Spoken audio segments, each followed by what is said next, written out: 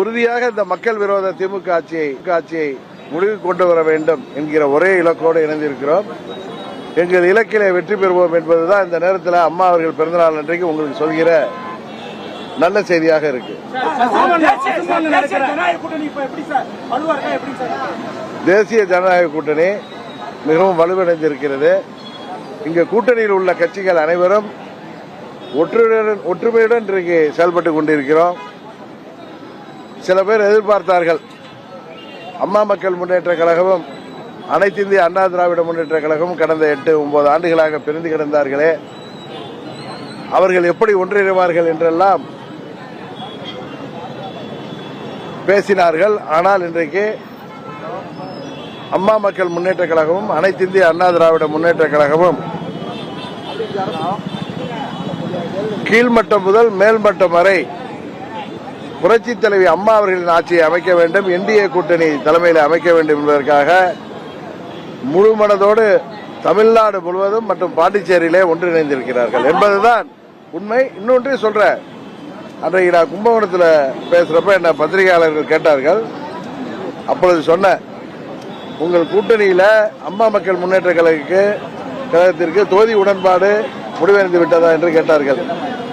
இன்னும் இல்லை.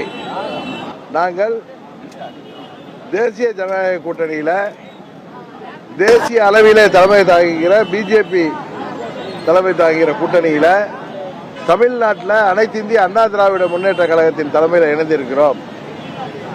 உங்களுக்கு தெரியும், இப்ப 10 ஆண்டுகளாக கொள்கை கூட்டணிங்கிற திமுக காங்கிரஸ்ல இன்னும் உடன்பாடே ஏற்படவில்லை. அந்த கூட்டணி தொடருமா என்கிறதே தெரியாத நிலையில்தான் தமிழ்நாடு இருக்கிறது. அதை திசை திருப்புவதற்காக தேசிய ஜனநாயக கூட்டணியில் வலுவாக இல்லை, அங்கே குழப்பம் என்றெல்லாம் பொய் பிரச்சாரங்கள் வைக்கப்படுகிறது.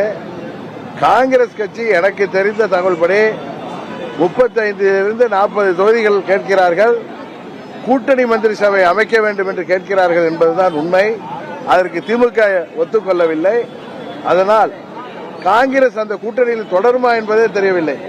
அதுபோல தேசிய ஜனநாயக கூட்டணி தேசிய முஸ்லீம் லீக்கின் தலைவர் காதர் மைதீன் அவர்கள் ஏற்கனவே 3 தொகுதியில் போட்டியிட்டோம், இப்பொழுது 2 தான் தருவேங்கிறாங்க அப்படின்னு சொல்லி அவரு பாவம் அந்த வயதான காலத்தில் மூர்ச்சை அடைந்ததெல்லாம் பார்த்திருப்பீங்க.